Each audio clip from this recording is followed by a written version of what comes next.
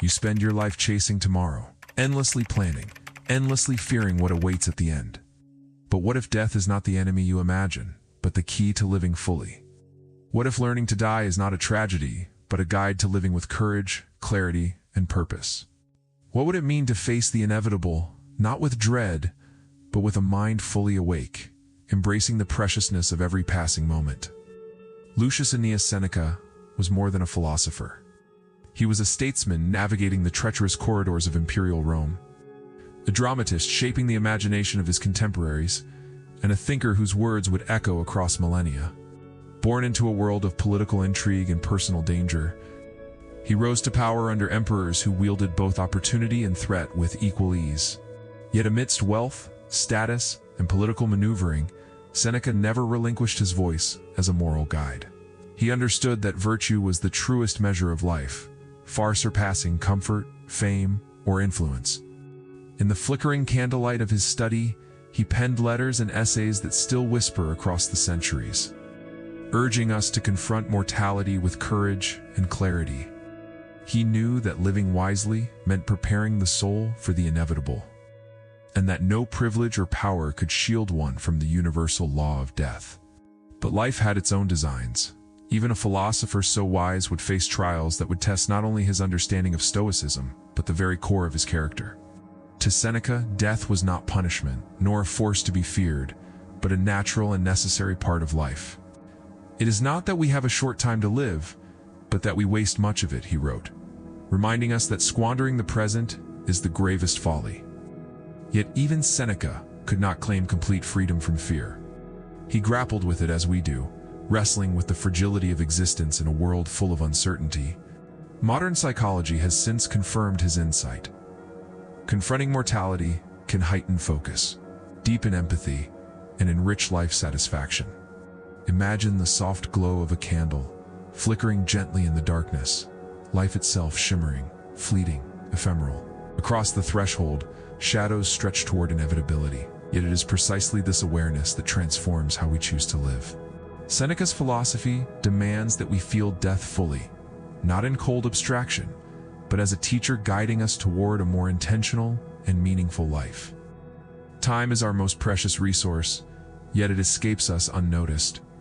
Seneca warned that wasting it is the gravest of losses, far more devastating than poverty, exile, or the whims of fortune. To live deliberately, he advised, we must reflect on our days, examine our choices, and write not as an act of vanity, but to cultivate awareness and presence. Picture the bustling streets of Rome, alive with voices and motion. Senators debating, citizens hustling, and yet the most urgent race was never for power or wealth. It was for consciousness itself, each moment seized or lost forever. Are we truly living, or merely drifting through ours unaware? Seneca challenges us to confront this question with honesty, to measure our lives not by what we own, but by how attentively we inhabit every passing moment.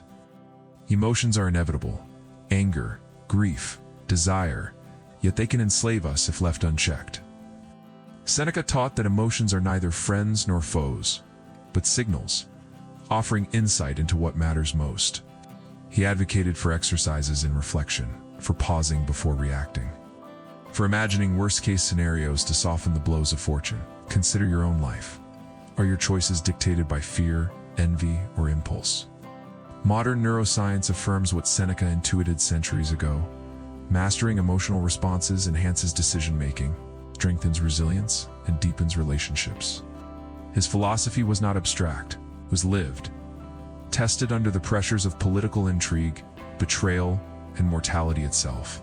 One misstep, one uncontrolled reaction, could cost everything, not just life, but moral integrity, freedom, and inner peace. Seneca's teachings guide us to cultivate the mind as a sanctuary, a place where reason and virtue govern rather than fleeting passions. In his letters, Seneca distilled the weight of human experience into practical and poetic guidance. He urged us to cherish simplicity over luxury, to accept fate without despair, and to reflect on death in order to embrace life fully. Every letter is a mirror reflecting timeless dilemmas: ambition, love, friendship, and the inevitability of mortality. Even as he navigated the power and danger of Rome, His words never lost their clarity or urgency. They reveal a man attempting to reconcile the fragility of existence with the responsibilities of influence, reminding us that wisdom is not a shield from adversity, but a compass through it. Yet the greatest challenges remained. The weight of empire, the precariousness of life, and the moral cost of truth would test his philosophy as severely as any emperor could. Stoicism was but one lens on the human condition.